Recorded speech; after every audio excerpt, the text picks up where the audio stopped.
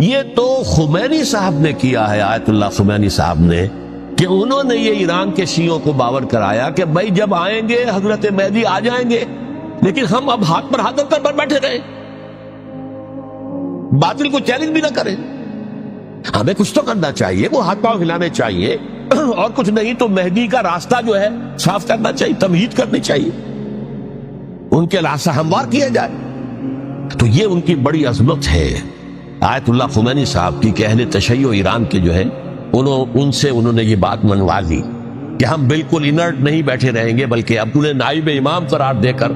और विलायत फकीह के फलसफे के हवाले से, ये दो चीजें उनकी जो है बुनियादी फलसफे की हैं, वो इस वक्त मेरा मौजूद नहीं है। उन्होंने आवाम को ऐसा खड़ा किया है कि 20,000 से लेकर 30,000 के दरमियान इंसानों ने जाने देना, औरतों के जुलूस निकले, खीरखार बच्चा गोद में है औरत के, और गोली खा रही है, मर रही है, गिर रही है।